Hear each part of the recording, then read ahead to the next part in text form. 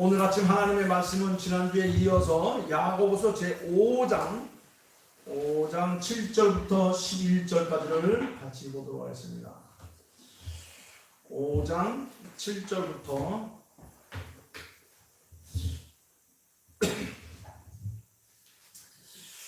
오늘 말씀은 주님의 재림에 대해서 이야기하고 있는데 이것은 곧 말세를 살아가는 성도들의 삶의 자세에 대해서 우리에게 가르치고 있습니다. 잘 보시기 바랍니다. 7절부터 11절까지를 봅니다. 그러므로 형제들아, 주께서 강림하시기까지 길이 참으라. 보라, 농부가 땅에서 나는 귀한 열매를 바라고 길이 참아 이른 비와 늦은 비를 기다리나니.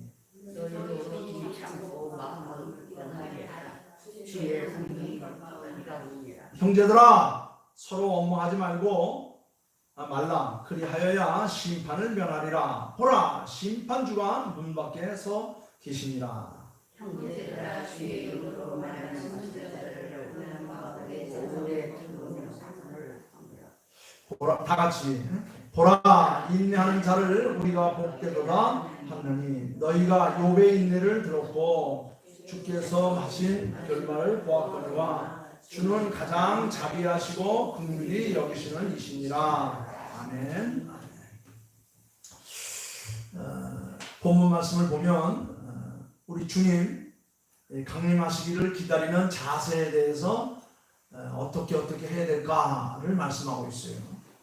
거기 보니까 첫째는 농부처럼 주님의 강림하시기를 기다리라. 두 번째는 믿음의 선지자 욥처럼 인내하며 기다리라.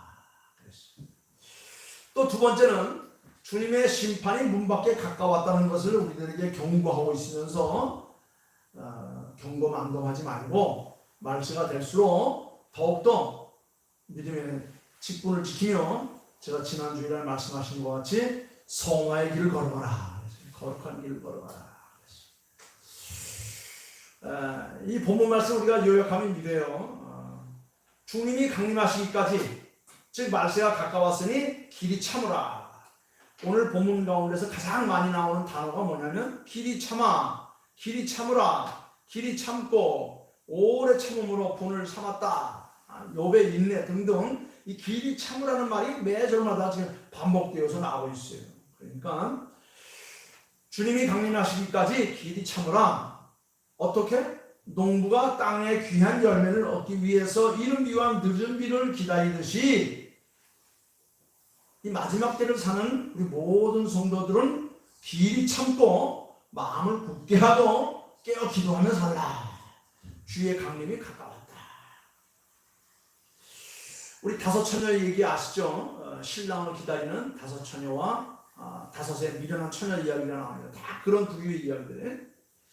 그러면서 형제들아, 서로 원망하지 말고 심판이 문 밖에 아주 가까웠다는 것을 기억하면서 서로 붙들어주고 세워주고 함께하면서 이 성화의 길을 걸으라. 주의 이름으로 말한 선지자들의 고난과 오래 참음을 본받으라. 예수님께서도 힘주어 말씀하신 인내하는 자가 복이 있다. 인내하는 자, 대표적인 사람이 누가 있을까요? 욥이 있죠. 동방에 있는 욥의 인내를 들어보시오. 결론의 말씀은 그렇습니다. 이 시간 영적으로 깨어서 우리 모두가 다 주님의 재림하심을 고대하며 참아 기다려 그 영광스러운 자리에 함께 이룰 수 있도록 그렇게 우리가 이 시간을 잘 지키자, 이렇게 지금 말씀하고 있습니다. 이 마태복음 24장을 보면 예수님 재림 때에 나타날 징조에 대해서 아주 자세하게 기록을 많이 했습니다. 마태복음 24장을 보시면 예수님 재림할 때 어떠한 징조가 일어날 것인가, 거기 보면 사이비 이단들이 여기저기서 일어나며 처처의 전쟁과 기근과 지진과 온역과 하늘의 이상 징조들이 계속해서 반복된다. 마태복음 24장에 그렇게 말했습니다. 실로 요즘처럼 사이비 종교들이 판을 칠 때 늘 계속해서 있었지만 요즘처럼 또 그렇게 많은 때가 적지 않았습니다. 어저께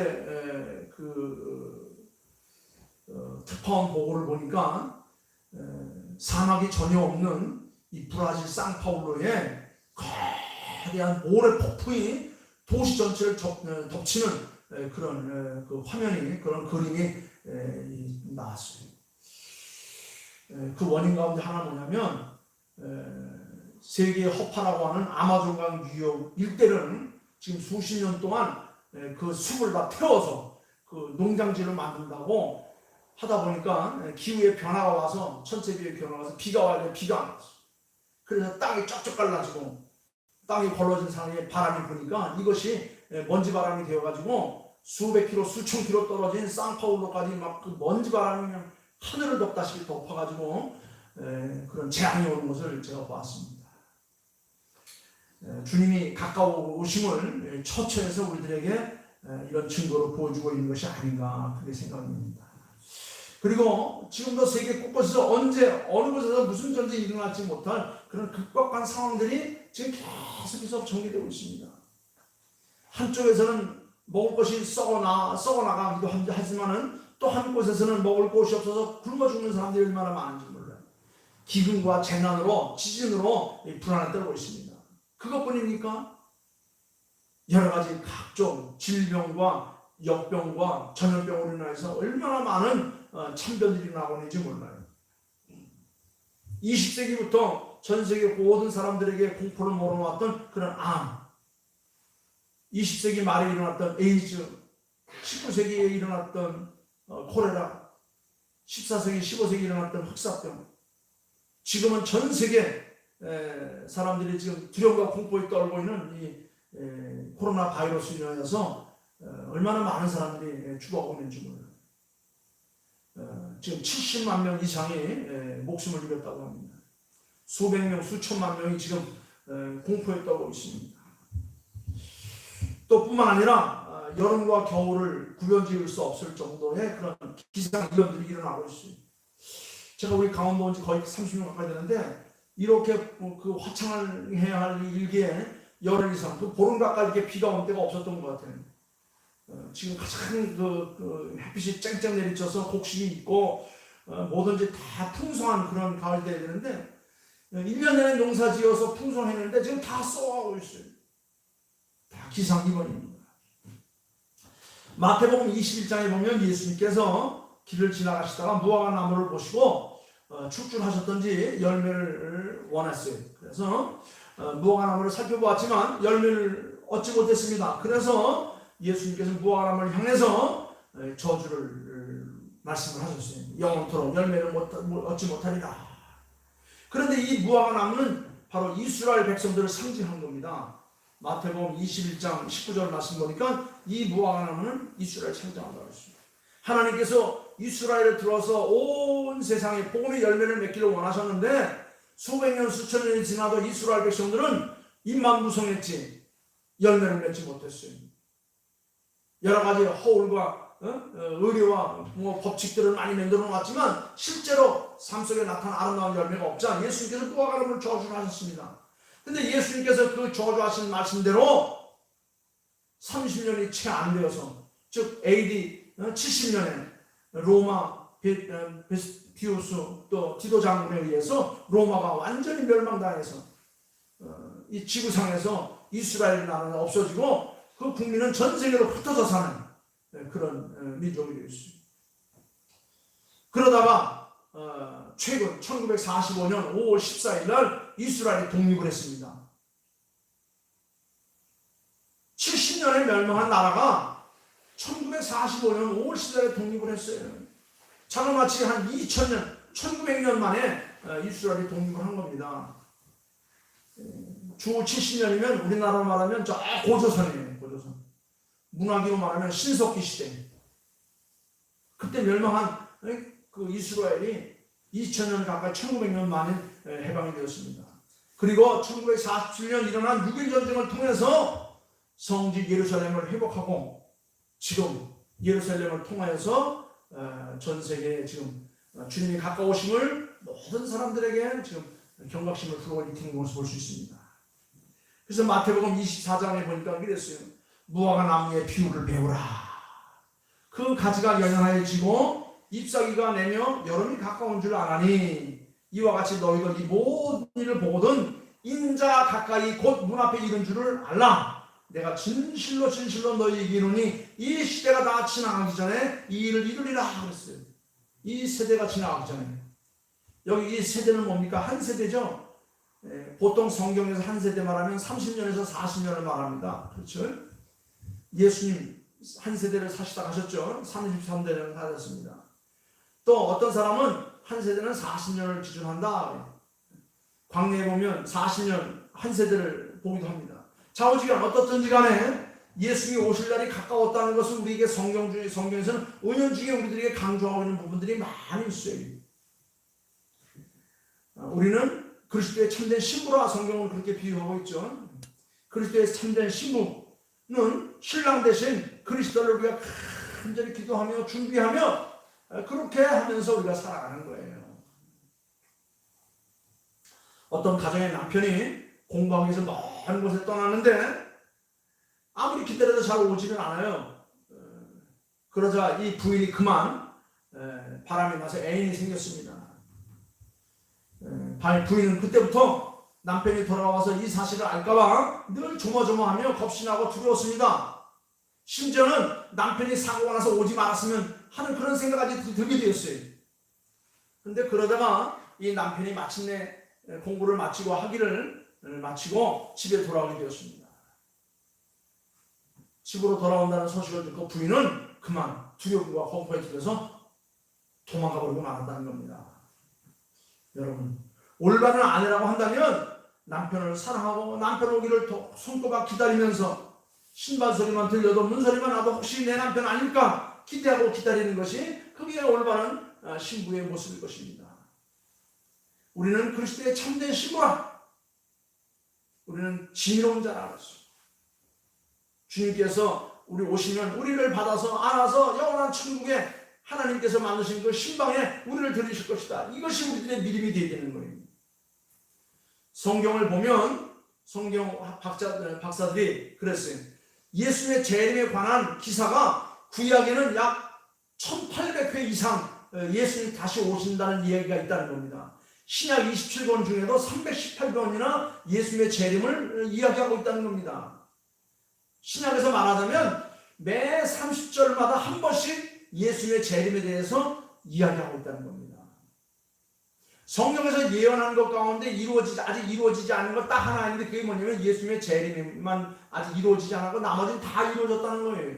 그 말은 뭐냐면 예수님의 재림도 마침내 이루어진다는 겁니다.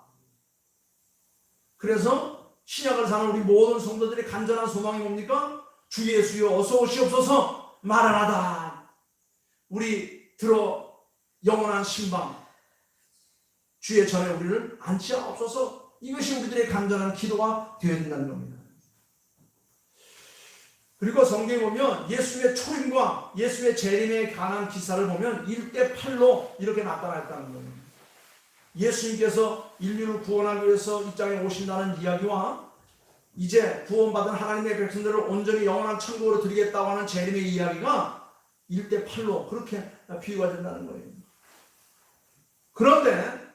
그런데 예수님이 다시 오신다고 하는 이 말씀을 방해하고 그것을 믿지 못하도록 회방하는 작전꾼이 있어요. 그게 뭐냐? 사탄 마귀 악령들이에요. 예수님 재림에 대한 신앙을 결사적으로 흩어놓으려고 하는 것, 이것이 바로 사탄의 작전이고 악령의 행동이고 세상에 되어가는 꼴들이에요. 사탄 마귀는 할 수만 있다면 우리의 신앙을 태만하게 만들고 온갖 수단과 방법을 다 동원해서 하나님 앞에 예배하는 것을 못하게 하고 교회 문을 닫고 전도의 문을 닫고 말씀대로 사는 것을 회방하려고 그렇게 사탄 마귀 악령은 길을 쓰고 있다는 겁니다. 지금 벌어지고 있는 이 전염병, 역병, 코로나도 아마 그것의 한 일환일 수도 있어요. 그러나 그런 가운데서도 신실한 하나님의 백성들, 참된 그리스도의 신부들은 하나님 앞에 예배하는 것을 그 모든 것보다 소중하게 여기고 예배하는 것보다 앞서지 않고 항상 하나님 앞에 그의 성호를 찬양하며 주님의 뜻을 살피며 하나님 앞에 헌신하고 충성하며 살아가는 것, 이것이 바로 하나님의 백성들의 올바른 삶이라고 하는 것을 성경은 말하고 있는데 사탄 마귀는 할 수만 있으면 우는 사자와 같이 삼키는 자를 찾아서 우리의 신앙을 방해하고 우리의 삶을 나태하게 만들고 어두워서 어렵게 한다는 겁니다. 이단 사이들 얼마나 많이 드러납니까? 여기저기서 내가 곧 동방의 주여 예수여 내가 하나님이다. 다 악령들이 장난하는 것들이에요. 여러분 깨어있는 교회, 깨어있는 성도는 예수님의 재림을 준비하는 겁니다. 예수님의 재림은 주님께서 우리를 위해서 예배할 것을 미리 예배하러 가셨다가 예비가 다 끝나면 우리를 데려오겠다라고 하신 말씀이에요. 천하보다 귀한 한 영혼을 구원하는 것, 이것이 바로 우리에게 주신 사명이에요. 그래서 하나님께서는 한 영혼이라도 더 건지기 위해서 참아 기다리신다고 그랬어요. 이것을 위해서 지역 복음화, 민족 복음화, 세계 선교 요람지를 세우기 위해서 하나님께서 우리나라를 우뚝 세우시고 종교 지도자들을 모아서 무릎 꿇게 하시고 기도하게 하시고 도전을 받게 하시는 거예요. 깨어있는 교회, 깨어있는 성도 되기 위해서 그렇다면 우리는 어떻게 살아야 될 것인가? 자, 이제 본론으로 들어가면 그럼 어떻게 우리가 이 주님의 재림을 기다리며 깨어있는 교회로 깨어있는 성도로 살아갈 것인가? 첫째는 농부처럼 살라고 말했습니다. 농부처럼. 여기 말씀을 보니까 그랬어요.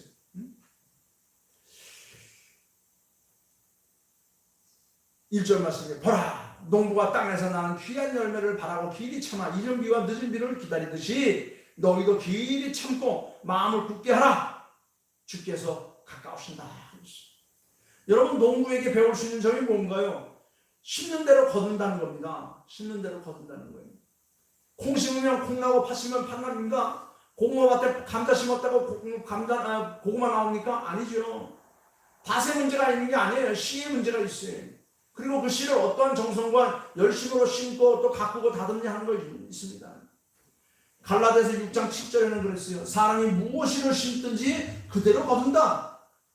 디모데후서 2장 6절에서는 수고하는 농부가 곡식을 먼저 받는 것이 마땅하니라. 성경에서 농부와 농사 짓는 일을 자주 비유로 말씀하신 것은 농사는 정직한 결과를 얻기 때문이라는 거예요. 즉 심는 대로 거는 것이 농사라는 겁니다. 고린도후서 9장에서는 그랬습니다. 곧 적게 심은 자는 적게 거두고 많이 심은 자는 많이 거둔다 하는 말이라고 했습니다. 여러분 농사는 주어진 땅에 각자 노력한 분량만큼 열매를 거두게 되어 있어요. 그러니까 우리 신앙생활도 어떻게 하라고요? 농부의 심정으로 신앙생활을 하는 겁니다. 신앙생활은 농사처럼 심는 대로 거두며 사는 생활이에요. 그래서 마태복음 7장 12절 말씀에 그랬습니다. 그러므로 무엇이든지 남에게 대접하고자 하는 대로 너희도 남을 대접하라 그랬어요. 남에게 대접을 받는 건 많고 우리도 대접해야 됩니다. 내가 가진 것이 없어서 대접을 못하면 상대방이 나한테 갈비탕 한 그릇 대접하면 나는 하다못해 커피라도 한 잔 대접할 수 있고 그것도 안 되면 말이라도 그 답을 할 수 있도록 그렇게 하라는 겁니다. 신앙인은 먼저 심는 자예요. 먼저 사랑하는 자입니다. 먼저 대접하는 자인 겁니다. 하나님께서 우리를 먼저 사랑하셨어요. 하나님께서 우리에게 먼저 대접하셨어요.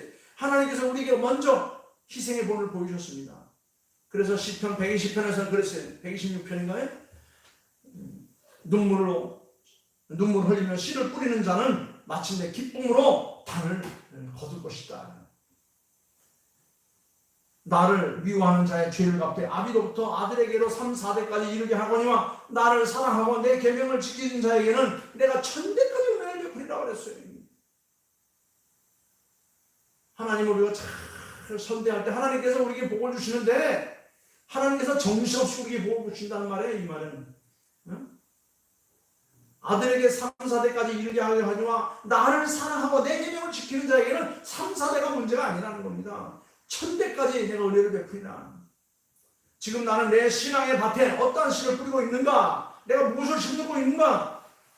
우리는 이것을 우리가 생각하면서 기도하는 심정으로 내 삶 속에 신앙의 씨앗을 뿌릴 수 있는 여러분들 다 되기를 주님의 이름으로 축원하는 것입니다.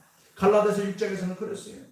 자기의 육체를 위하여 심는 자는 육체로부터 썩으신 것을 거두고 성령을 위하여 심는 자는 성령으로부터 영생을 거둔다 그랬어요. 우리는 육을 위해 사는 사람이 아니라 영을 위해 사는 사람인 것입니다. 이 땅에 사는 사람이지만은 비록 우리의 본적은 영원한 천국에 있습니다. 우리의 시민권은 하나님에게 있습니다. 우리는 장차 하나님께서 부르시면 그날 그곳에 주의 환영을 받으며 입성하게 될 것입니다. 군 교도소에 두 사람의 사형수가 있었습니다. A라는 사람은 총기 난사 사건을 일으켜서 여러 사람을 죽인 죄로, 또 한 사람은 월남전에서 동료를 죽인 죄로 똑같이 사형 선고를 받았습니다. A라는 사람은 불안에 떨다가 마지막으로 생각해낸 것이 이방 죽을 바에야 실컷 먹거나 죽자. 실컷 먹거나 죽자. 그래서 먹으려면 돈이 있어야 되니까 의대 병원 해부용으로 자신의 시신을 기증하고 성금을 받아서 실컷 고기나 사 먹었다는 겁니다. 그리고 시간이 되어서 형장의 이슬로 사라졌습니다. 근데 B라는 사람은 교도소에 위문을 오신 목사님의 말씀을 듣고 은혜를 받았습니다. 그래, 비록 내가 사람을 죽였어 주인이지만 죽어서까지 내가 지옥 갈 수 있는가? 예수님 오른편에 강도는 그 순간 예수님을 영접해서 천국에 이르렀다고 했는데 나도 한 가닥의 희망을 가져보자. 그래서 그 목사님의 말씀을 받고 은혜를 입었습니다.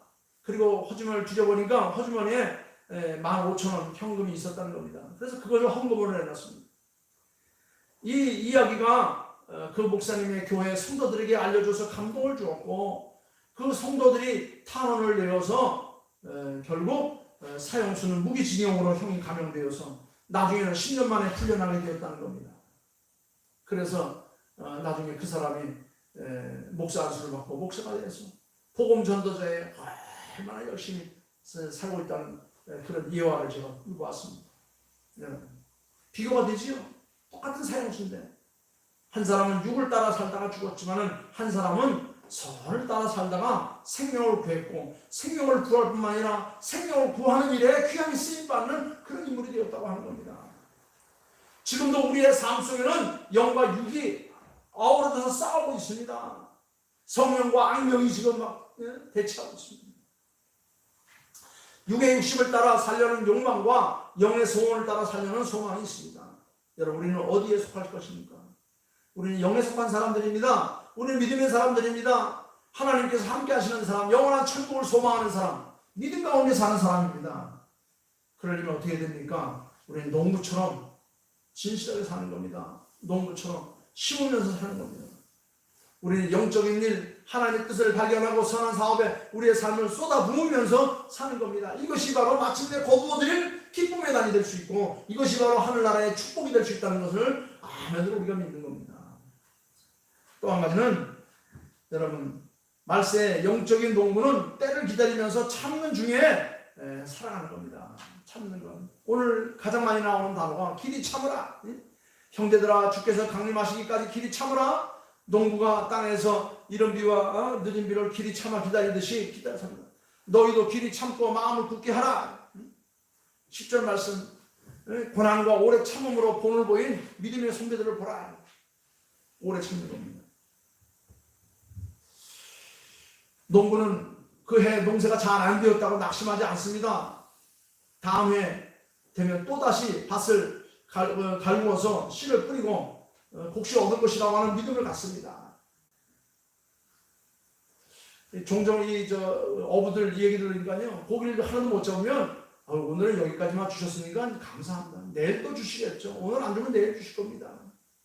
내일이 있는 믿음이 얼마나 중요한지 몰라요. 요한복음 16장에 그랬습니다. 선한 일을 하다가 낙심될 때 울분을 토하고, 선을 행하다 악을 득사할 때 낙심해서는 안 된다. 오늘 본문 말씀도 보니까 너희가 환난을 당하나 담대하라. 우리 주께서 세상을 이기지 않았는가. 야곱의 아들 요셉을 우리가 생각할 수 있습니다. 요셉은 꿈 때문에 형들의 미움을 받았습니다. 애굽의 노예로 팔려갔습니다. 억울하게 감옥까지 갔습니다마는 그는 어디 가서 낙심했다든가 좌절했다든가 누굴 원망했다든가 불만했다는 구절이 한 구절도 없어요. 마침내 그는 애굽의 총리직에 오르는 그런 복을 받았습니다. 바울 사도는 우리에게 말하기를 악에게 치지 말고 선으로 악을 이기라 그랬어요. 우리는 하나님께서 지키시는 사람, 하나님께서 함께 하시는 사람, 하나님께서 복 주시기로 약속된 사람이다. 이것이 나의 믿음이요, 이것이 나의 힘이요, 이것이 바로 내가 세상을 살아가는 그런 의미입니다. 많은 것을 가졌다고 높은 지위에 올랐다고 그게 다 행복한 게 아니에요. 저는 우리 권사님 몇 세명만 놓고 앉아 설교해도요, 얼마나 힘이 나는지 몰라요. 얼마나 감사하는지 몰라요. 다니는 곳마다 폼나게 살아가고 있어요. 여러분, 세상적인 관점으로 우리가 세상을 살아가면 늘 상처 입습니다. 늘 괴로움 당합니다. 어려움 당합니다.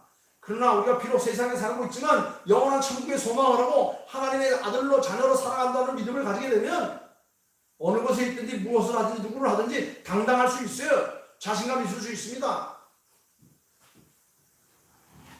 여러분, 선을 행하다가 남의 오해를 받거나 박해를 받을 수 있습니다. 혹은 동정을 받지 못할 때 있습니다.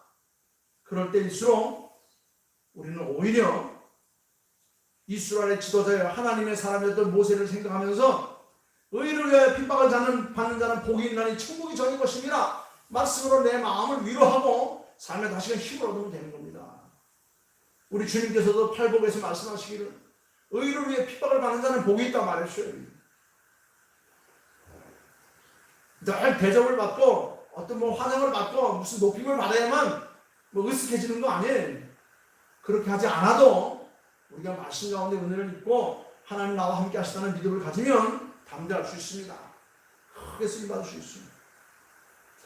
또한 아무리 열심히 선언을 행해도 효과가 나지 않을 때라도 낙심할 필요가 없습니다.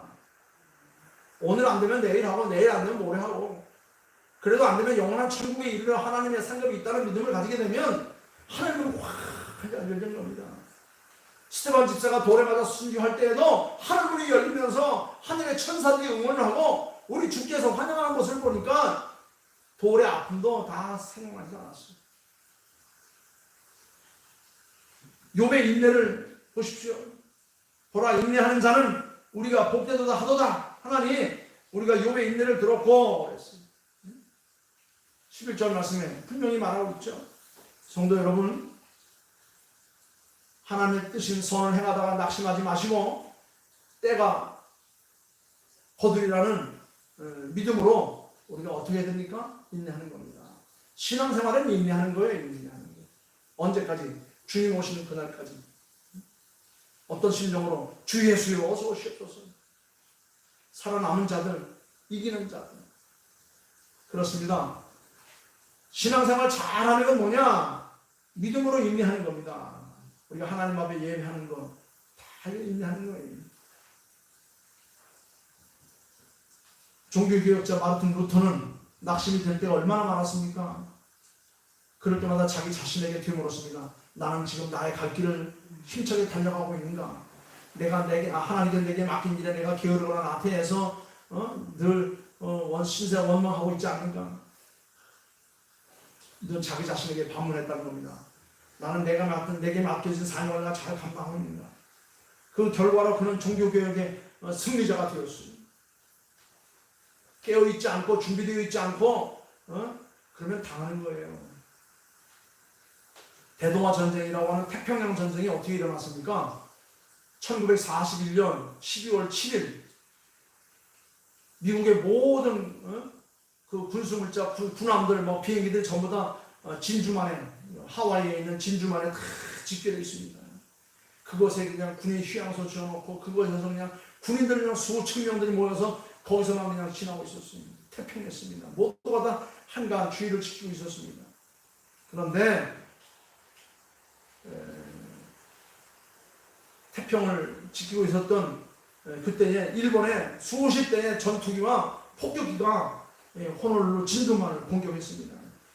방심하고 있었던 미국의 모든 병사들과 그런 그 전투 무기들이 하루아침에 다 박살이 나고 말았어요. 수많은 미국의 비행기와 선박, 수천 명의 젊은이들이 죽어갔어요. 왜 이런 일이 났습니까? 일본의 공격을 미처 예비하지 못한 미국에게는 아주 치명적인 날이 되고 말았어요. 마찬가지입니다. 우리가 다시 오실 주님을 준비하고 있지 않다가 인생의 겨울이 닥쳐오게 되면 우리는 돌이킬 수 없는 그런 상황이 되고 마는 겁니다. 그래서 우리는 평상시에 깨어 기도하며 말씀 생활하며 하나님 앞에 예배하는 것을 소홀히 여기지 않고 때 되면 시간 되면 우리는 늘 하나님 앞에 예배하는 걸 잊지 말고 나가서 함께 예배하는 삶을 사는 겁니다. 예배하다가 하나님 앞에 드림 받을 수 있는 것만큼 영광스러운 게 어디 있겠어요? 목사가 강단에서 설교하다가 전도 현장에서 선교하다가 하나님 앞에 들림하는 것만큼 영광스러운 게 어디 있겠습니까? 군인들은 전쟁에서 적과 싸우다가 죽어가는 것만큼 영광스러운 게 어디 있겠어요? 그렇습니다. 이 마지막 때에 영적으로 깨어있어 주님의 재림을 준비하는 지혜로운 성도가 되야 되는 겁니다. 지혜로운 다섯 처녀와 같이, 슬기로운 다섯 처녀와 같이 기름 준비하고 깨어 신랑 오기를 간절히 기도한 마음으로 있다가 신랑을 맞이하게 되면 기쁨이 배나 날 것입니다.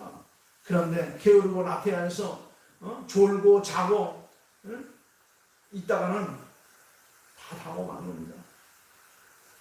진주만에 이 미국의 모든 그런 그 경찰처럼 전부 다 한날 아침에 다 박살나고 마는 겁니다. 말씀을 했습니다. 우리 주님 분명히 오십니다. 분명히 오십니다. 분명히 오십니다. 그때까지 길이 참고 기다리는 이 농부의 인내를 배워서 영적으로 낙심하지 않고 신고 거두는 그런 저와 여러분들 되기를 바랍니다. 소망 중에 기다리고 낙심하지 말고 끝까지 주의 인정을 받는 하나님의 자녀들로 당당하게 담대하게 힘차게 게으르거나 나태하지 말고 맡겨진 일 내가 안 하면 누가 하겠습니까? 그럼 내가 할 일이다. 해도 언젠가는 할 일이다. 그래 일찌감치 해치우고 내가 주님을 기다린다. 이런 심정으로 기다리면 우리 주님께서 우리에게 큰 상을 주실 겁니다. 오늘 여러분들이 나와서 예배 드리는 것 이거 다 주님을 기다리는 간절한 마음과 심정이 우리 주님 다 CCTV로 다 보고 계세요. 다 보고 계신 겁니다. 하나님 앞에 영광을 돌리며 여러분들의 삶이 주의 은혜로 풍성한 삶이 될 수 있기를 다시 한번 주의 이름으로 축원합니다. 기도하겠습니다. 아버지 하나님 감사합니다. 형제들아 주께서 강림하시기까지 길이 참으라. 보라 농부가 땅에서 나는 귀한 열매를 말하고 길이 참아 이른 귀한 늦은 비를 기다리나니 너희도 길이 참고 마음을 굳게 하라. 주의 강림하심이 가까우시다라고 말씀하셨습니다. 아버지 하나님 분명히 이루어질 것입니다. 이것이 우리의 믿음입니다. 이제 우리가 주님 앞에 부름받아 영원한 천국 주께서 예배하신 참 신방에 우리가 드리움을 받는 그날까지 참아 기다리며 믿음의 선전들이 간기를 우리도 따라갈 수 있도록 은혜를 주심을 감사합니다. 아버지 하나님 지금 시대가 힘들고 어렵습니다. 혼탁합니다. 전염병과 역병이 전 세계를 지금 휘감고 있습니다. 기근과 또한 이렇게 참담한 사건들이 전 세계 도처에 일어나고 있사옵니다. 언제 어느 때에 무슨 일이 일어날지 아무도 예측할 수가 없습니다. 아버지 하나님 깨어 기도하는 수밖에 없습니다. 주의 전에 올라와 예배하는 수밖에 없습니다. 하나님의 말씀 가운데 사는 수밖에 없습니다. 주님 저희들을 붙들어 주시옵소서. 우리를 붙들어 주신 우리 주 예수 그리스도의 이름 받들어 기도하옵나이다. 아멘. 아멘.